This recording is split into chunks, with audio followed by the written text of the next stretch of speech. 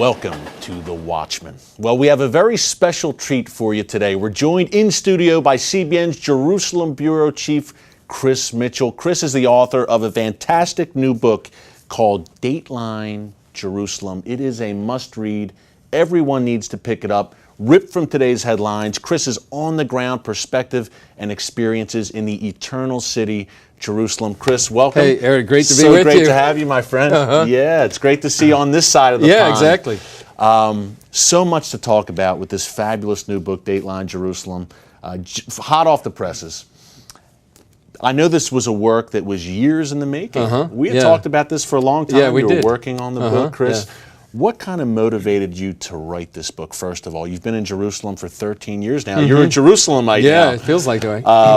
Tell us a little bit about what went into the book. Well, you know, living in Jerusalem is sort of like walking into a history book. And you're not only, ancient history, you look around and things are hundreds, if not thousands of years old. And so it's just a real privilege to be there.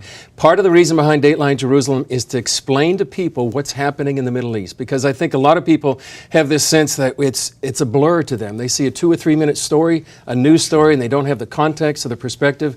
And so the idea behind the Dateline Jerusalem is to explain what's happening, give them a clearer perspective, a clearer focus of what's going on in the Middle East, because it's important to everybody. That's right, and how prophecy is unfolding in the Middle East. We'll talk a bit more about that, Chris. Sure. But I think it's great, too, because you write this book in such an easy-to-understand way for the folks at home. And you are a Native American. You know how to speak to an American audience, obviously. Right. You break down complex issues in the complex, chaotic Middle East in such an easy-to-understand way. At least that was my impression from reading it. So you've been in Jerusalem since 2000. Now, the Lord led you to Israel, clearly. We talked about this before. But tell us about how when you arrived in Jerusalem, it was a chaotic time in Israel at the height of the Second Intifada. Tell us a bit about that. Well, we arrived in August, the middle of August of 2000, myself, my wife, and 3 children. They were 16 and 11 and 8 at the time. And, anytime you move to a new country, it's pretty traumatic. But about 5 weeks later, at the end of September, what's called the Second Intifada, as you said, Intifada, an Arabic word that means struggle, began. And so in Jerusalem and throughout Israel, there were suicide bombings, shootings, terror attacks, close to our kids' school, close to work, close to our home. A few times we actually heard some of the bombs go off. We were just talking to my daughter the other day about the experience she had where she was at school, just left the school, heard an explosion, had to go back in the school, calls me, I had to go get her.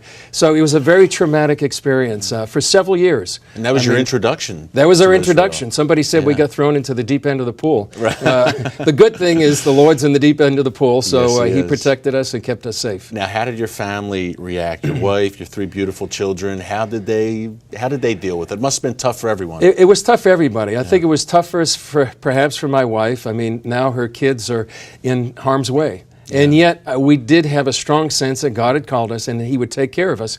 There's a scripture in Psalm 91 that says, "He that dwells in the secret place of the Most High shall abide under the shadow of the Almighty." And so even though the danger was there, we felt God had called us and that in the midst of it, He would protect us. And not only my wife and I, it's one thing to put yourself in harm's way, but He protected our kids. And that was even much more important to us as parents. Yeah, God will give His angels charge over Exactly. you, Psalm 91. And that's one of the things I love about the book, Chris.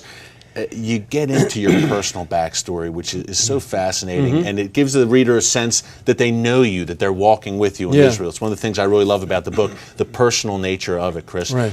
But we're talking about how when you arrived in Israel, oh my gosh, it was chaotic, it was violent, but overall, and I think a great point you make in this book, and you interview an NBC correspondent named Martin Fletcher. You talk about his experiences in the book. Israel overall is not what we see on the news, the negativity, the gloom, the terror. Exactly, Talk about the real Israel that you've gotten to know over the past 13 years. Right. Now, we did talk about the Intifada, which was a dangerous period for several years. But after that, things have calmed down a lot. And as you said, we talked to Martin Fletcher, and he said there's really an Israel that you never know. And that's one of the chapters in the book. And he says that the media has really given a kind of a skewed version of what Israel is like. And I know people, when they come over, they think they're going to have an M16 as soon as they get off the plane and dodge a bomb or something. And that's not the case. And the testimony that I've heard over and over by people as they come here, and usually they have friends and family say, "Are you crazy for going to Israel?" And when they get there, they feel safe, Many times they feel the sense of belonging, the sense of coming home, and it's a remarkable place to be. And as Martin Fletcher makes the point, he says there's only one country in the world that's its right to exist is questioned. It's not North Korea, it's not Iran, it's Israel. And Israel's an amazing place, a wonderful place. Yeah, so true. The first time I went to Israel, Chris, I felt it was almost like a gravitational pull on my heart. I couldn't wait to get back. It is magical. It is God's land, truly. You get into the threats in the book, obviously, and I want to talk about Iran, about Hezbollah, because you have been in some very dicey places. You were in Egypt. We're going to throw to that in a second. But real quick, Chris, how has living in Israel the past 13 years, has it brought you, you've always been on fire for the Lord, obviously, has it brought you even closer to God, to be where Jesus walked, where the prophets walked? How has it kind of helped you grow in your faith? A lot. I mean, to be able to see what's happening in the headlines, and then have the privilege to cover it, to cover the threats that are facing Israel, to cover the stories like Jews coming back to the land of Israel for the first time in 2,000 years. So you get to see the prophecy unfolding right before your eyes, and not only get to see it, but get to report on it. And you know, that's sort of the theme, you know, throughout the book, Dateline Jerusalem, is that you get to see prophecy unfolding before your very eyes. Just to give you a quick example, I mean, we saw Jews returning from China back to the land of Israel. And Isaiah says, you know, fear not, for I'll bring your descendants from the east. Well, it was as if Isaiah was writing the headlines of the day to see these Chinese Jews come. So it really has deepened your faith to see the Bible here, the headlines here, and see we're living in remarkable times. Yeah, and most people probably don't even know there are Jews in China. Yeah, or exactly. In China. Talking about the headlines, and just to show you what Chris does on the ground in the Middle East, and what you will find in Dateline Jerusalem. We're going to go right now to a story Chris did recently in Egypt, in the midst of this Muslim Brotherhood jihad against Christians. Take a look at this on the ground in Egypt. Chris Mitchell. This is a 100-year-old church, and as you can see, it's been completely destroyed on the inside. One Egyptian expert said the violence against the churches in Egypt is the worst in nearly 700 years. This exclusive video, aired for the first time on nationwide TV, shows the inside of the sanctuary is completely gutted and the altar destroyed. Now the church uses this makeshift altar outside, and the pastor explained to us they started holding their services at 6:30 in the morning. Engineers say the church would need to be torn down before it could be rebuilt. To be sure that everything is burned, they put fire in every place. Before this time, they make a sign for Christian places or cars or houses or buildings, and if the place has an X on it, they burn the place. The churches weren't the only targets. Schools, cars, and businesses owned by Christians were destroyed. Muslim radicals marked Christian businesses with a black X before torching them. Perhaps most shocking was the destruction of this Christian orphanage. This is a Coptic Christian orphanage called Christ Soldiers. Muslim mobs came in here and they destroyed the building, leaving about 200 children without shelter. But they wanted to leave a message for the attackers, and they wrote it on the wall outside. And it said, "You meant to hurt us, but we forgive you." Wow, that is just some very cutting-edge stuff. You're not going to see anyplace else. You're going to see it on CBN News. You're going to find it in this book, Dateline Jerusalem. Chris, you know, you're in Egypt. You write about it. This is powerful, the way the book opens. The first Egyptian revolution in 2011, you were there. You barely escaped with your life. Yeah, exactly. It was close. We'll talk more about that. But this most recent Egyptian revolution, tell us about being on the ground there and seeing burnout churches and what the jihadists there are doing. Yeah, exactly. Well, you wrote the book on the Muslim Brotherhood, so you know this was a reaction by the Muslim Brotherhood against many of the churches and the Christians throughout Egypt. Dozens of churches that were burned. There was even an orphanage that was burned. And it was probably the worst violence in Egypt against the Christian church in 700 years. Just a terrible story. And that's one of the stories told in Dateline Jerusalem, told by you, told by CBN News, that isn't reported or underreported in many other times. There's a great persecution against the Christians throughout the Middle East. First the Saturday people, the Jews, and now the Sunday people, the Christians. Chris, we're going to talk much more about that after the break. I want to talk about Egypt, your experiences in the war zone of Lebanon, much more coming up with our good friend Chris Mitchell, CBN's Jerusalem Bureau Chief, and the author of the new blockbuster, Dateline Jerusalem. Stick around. Hi, my name is Breda. I'm just your typical 9-year-old. I love singing, dancing, reading, discovering the simple truth. My grandpa says you're never too young or old to learn the value of a dog. He taught me the true value of this paper dollar. You see this little gold coin? It says $1 on it. But guess what? That was a long time ago. Today, this gold dollar is worth over 100 paper dollars. This paper dollar is now only worth 1 penny compared to America's former money, the gold dollar. My grandpa says the only money worth saving today is real money, gold or silver coins. He's pretty smart. How our paper dollars lost their value, he says. It's all explained in a new book, The Great Debasement. It's easy and fun to read. If you call the number on the screen, I will send you a copy totally free. Next time, I will explain the simple truth about money. Help! If an emergency happened right now, you can have help at the push of a button with Medical Alert. Remember when I took that fall, Mary? Oh, yes, that was terrible. Yes, it was. Help! And I thought, what if you hadn't been there? I ordered my Medical Alert the next day. I can't describe how safe I feel now with my Medical Alert. You didn't know I was wearing it, did you? Medical Alert is easy to install, waterproof, and covers you inside your home and out. It helps me feel safe from fires, break-ins. And of course, a Medical Alert. And if you don't have a home phone, don't worry. They have that covered. There's always help at the push of a button. Don't wait till you need it. Get Medical Alert for less than $1 a day. There are no long-term contracts. Order now and get your second button free. Call for your free brochure. For your free Medical Alert system with second button free, call 800-575-8507.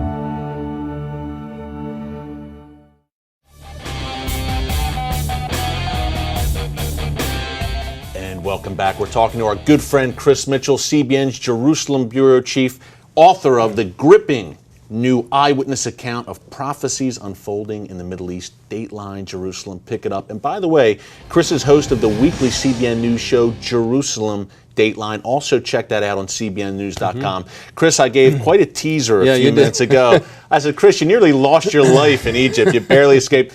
Tell us what happened. I remember talking to you in Jerusalem when you returned from that fateful trip to Egypt during the overthrow of Hosni Mubarak in January, February 2011. We have about 3 minutes in this block. We don't have a whole lot of time, and it is an epic story. But you were in Egypt, you were covering the overthrow of Mubarak, and man, you ran into some hairy situations. Yeah, very hairy situations. We went down there in the middle of this revolution. It was January, I think, 30th, 31st. Hosni Mubarak was on his way out. I mean, thousands of people had gathered in Tahrir Square, sort of the epicenter of this revolution. I was there in a place called the Ramses Hilton, just a few blocks away from it. I was there on a Tuesday. Tuesday was a very festive day. Thousands of people there. They figured Mubarak's going, and they were happy about that. The next day on Wednesday, again, thousands of people in Tahrir Square, still this sort of festive mood that he's leaving. But what happened at the middle of the day, all these anti-Mubarak people are in Tahrir Square, then all of a sudden these pro-Mubarak people came by the hundreds and then the thousands. So I saw that from the 7th story I was working out of the AP Bureau, I saw that happen. I guess as a journalist, I'm curious. I followed the crowd. I'm in the middle of the crowd, and all of a sudden these two forces, pro and anti-Mubarak, are facing off, and I just felt the Holy Spirit say something's going to happen. And just like that, all of a sudden people started throwing shoes at each other, which in the Arabic world is a great insult. Yeah, it's a great insult. Well, then it was packed with people, and people started running. And so I had to stay with the crowd. It was almost this sense like, if you don't stay with the crowd, you're going to fall, you're going to get trampled. Yeah. And I was able to get some refuge off the side of the road.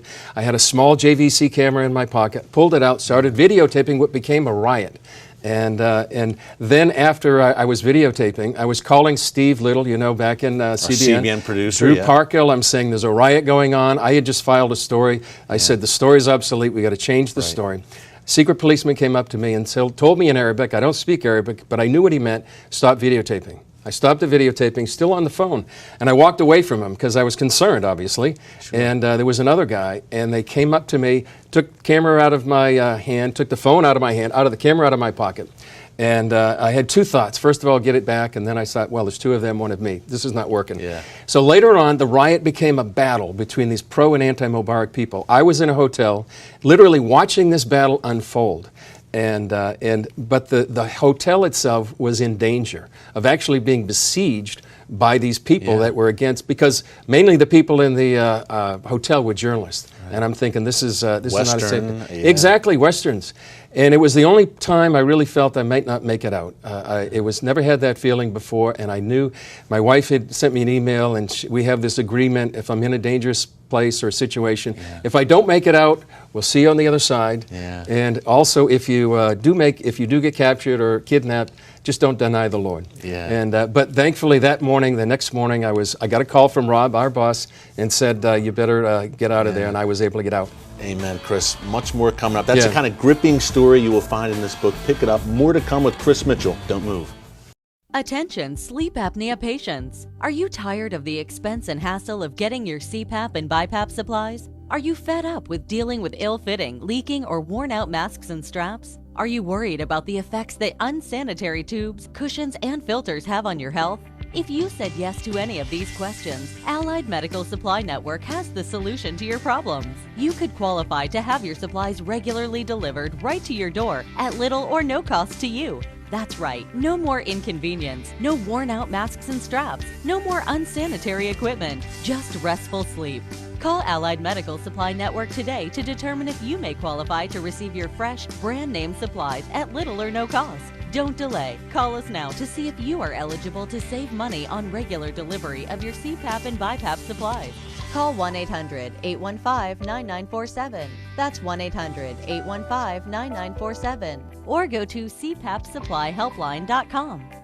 Announcing an important breakthrough in healthcare that can benefit everyone. If you or anyone you love needs affordable health insurance, regardless of a pre-existing medical condition, call Quick Insurance 123 today and get the immediate relief you deserve. Quick Insurance 123 was created to provide affordable health insurance to all uninsured Americans, with or without pre-existing conditions. This is not a discount card. This is a real insurance program that lets you choose from many affordable health plans, with access to doctors, hospitals, emergency services, and more. So call the number on your screen now and get the health coverage you need just for calling. As a special bonus, we'll send you a free prescription savings card that could save you up to 85% on your prescriptions. That's right, you could save up to 85% on your prescriptions just for calling. Call Quick Insurance 123 to find out how you can get affordable health insurance and receive your free prescription savings card just for calling. Don't wait. Getting a free quote is as easy as 1, 2, 3. Call today.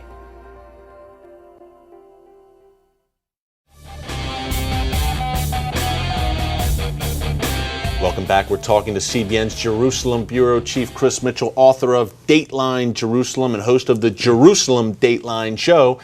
Chris, what a story about Egypt, man. I mean, just amazing. And we didn't have time to get into it, but the way you got out the next morning, a miraculous cab ride to the airport. Tell us about that a little bit. Okay, I figured, how do I get out of here? And I called a few people that I had known and had acquaintance in Cairo, but they weren't able to get me. So I thought, what do I do? So I went out, believe it or not, just simply got a cab. And he got me through several checkpoints that were vigilante checkpoints at the time.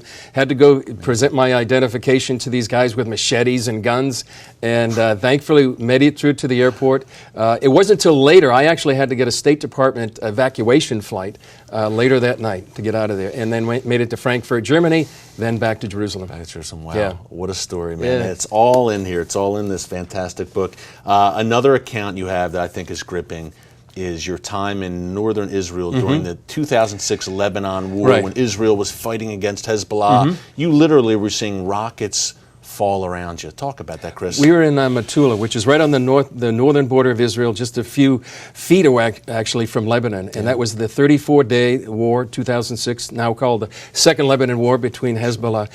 They were firing Katyusha rockets. I think there were about 900 that fell in a place called Kiryat Shimona, which is just about a couple of miles away from Metula. So they were going above us. Artillery from the Israeli Defense Forces were going out. We were actually seeing some of the bombs fall just a couple of miles away. Just an amazing sight. What it actually did for me, I remembered my dad He was in World War II, and he used to say, you know, you could tell incoming and outgoing. And all of a sudden, it dawned on me. You could actually hear, you know, the rockets coming in and know it was incoming, and the artillery going out would be outgoing. Just a remarkable experience to be really literally there on Israel's front lines. I mean, this is a battle for survival for Israel, and I think people need to understand that the proximity of things there is so close because it basically shut down northern Israel. About 1 million people had either fled northern Israel or were in bomb shelters. So it's a remarkable thing for what they have to go through, and I think people need to understand how close things are and how much of a threat Israel continues to be in. Yeah, but as a journalist, everyone's fleeing and you're going towards the action, everyone's running away. Well, that's the exciting part, I guess, as a journalist. It is. I try to explain to my family. They say, you're crazy. I said, you don't understand. As a journalist, this is what we do. This is what God placed us in this position. It's a real privilege. It is. It is a privilege. It's a privilege. And Psalm 91. Exactly, and that's what I was going to say as well. In the same sense, in fact, we could drive up from Jerusalem during the weekends. We would stay in Jerusalem, go up like on a Sunday afternoon to cover the war during the week, and you could tell when you were in rocket range of the Katyusha rockets because oftentimes they would fall in a field. You could see the fires, and you just knew you were in range. And yet, within knowing you were in range, it was almost like this canopy of peace that would come on you. And it was this Psalm 91 sense that God would protect you, that you're dwelling in the shadow of the Most High. Amen. If He's called you up there, even though it's dangerous, He'll take care of you. Amen. Yeah. And you talk about Israel being surrounded on all sides, Chris. In the book, wow, you get into Turkey, Iran, Syria, Hamas, Hezbollah. It's all in here. Yeah. Syria, obviously another hot spot. You've been on the Golan Heights, right on Israel's border with Syria. You talk about some briefings you've had with the IDF. What's your sense right now on what's going on in Syria, and what are the Israeli forces, how are they viewing Syria right now? Obviously very concerned. Right, very concerned. I mean, one of the instances we talk about in the book is being right there, actually hearing some of the gunfire between just some of the villages. They were right on the Syrian-Israeli border. I think Israel is quite concerned about what's going to happen post-Assad. If there is a post-Assad, if Assad does fall, then what's going to take place and who's going to be in charge of Syria? A great concern about the Muslim Brotherhood there, some of these Salafist groups, these jihadist groups that have infiltrated, these interlopers that have come in from all over the Islamic world. I mean, you know that. It's an Al-Qaeda base now. Exactly. And so this is going to be, if they get weapons of mass destruction, it's a game changer for Israel. And what used to be the quietest border for Israel in almost a generation is now maybe one of the most dangerous borders on Israel. Yeah, and Syria is a chemical weapons powerhouse as well. And pick your poison there. Hezbollah, Iran, Al-Qaeda, no one to back, no good choices there. Yeah. Chris, real quick, we have about 30 seconds left. This Iran nuclear weapons threat obviously continues to loom. It seems like endgame is approaching. We've been saying that for a while now. Yeah, we have. But I would agree with you, because I think this diplomatic effort by the U.S. and by the West with Iran, I think puts Israel in a real precarious position. Because if the world is going to try to end this by diplomacy, Israel's not buying it, and I think they're not buying it for a reason, because Iran's just playing for time. And I think there could be a confrontation perhaps next year between Israel and Iran. I agree with you, Chris. And Prime Minister Netanyahu, I think, made that clear at the UN. We will not allow them to go nuclear. This is the kind of analysis you'll find in Dateline Jerusalem. Chris has talked to Israeli officials on and off the record for 13 years, folks. We're wrapping up with Chris. Don't move. After the break, stay tuned. Grace, music is unpredictable. I know I have what it takes. The Dove Foundation raves. Grace Unplugged is remarkable and inspiring. This is not about the music. It's about everything else that goes with it. Dad, were you watching me? A moving and meaningful film. This book, his words shook me. It was like my whole world. That parents and teens should see together, says Focus on the Family. What are you going to do? You're going to drag her back home? Yeah, I might. I think maybe you're fighting God. Just stop running. Grace Unplugged, rated PG, now playing. If you had a choice between going bald and a full head of hair, which would you choose? Advances in medical science have resulted in the world's first and only permanent solution to hair loss. Yes! You wash it, you cut it. It's your own real naturally growing hair. When it comes to hair restoration, no one in the world has more experience than Bosley. The results look completely natural and are affordable on nearly any budget. But the entire process can't be explained in 60 brief seconds. So to find out more about this clinically proven and permanent solution to hair loss, call now to receive your free no-obligation information kit. It'll answer all of your questions about hair loss and hair restoration. Plus, we'll also send you this $250 gift certificate just for calling. Every day you wait, you're losing more hair. So don't put it off any longer. You owe it to yourself to find out the facts. Choose hair. Choose Bosley. Call 800-868-9957. That's 800-868-9957.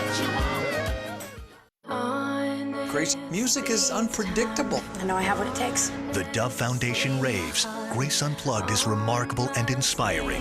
This is not about the music. It's about everything else that goes with it. Dad, were you watching me? A moving and meaningful film. This book, his words shook me. It was like my whole world. That parents and teens should see together, says Focus on the Family. What are you gonna do? You're gonna drag her back home? Yeah, I might. I think maybe you're fighting God. Just stop running.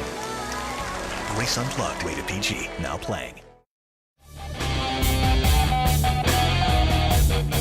And welcome back. We're wrapping up with our good friend, our brother, Chris Mitchell, author of Dateline, Jerusalem, the must-read new blockbuster. Pick it up, Amazon.com, Barnes & Noble, wherever books are sold from coast to coast.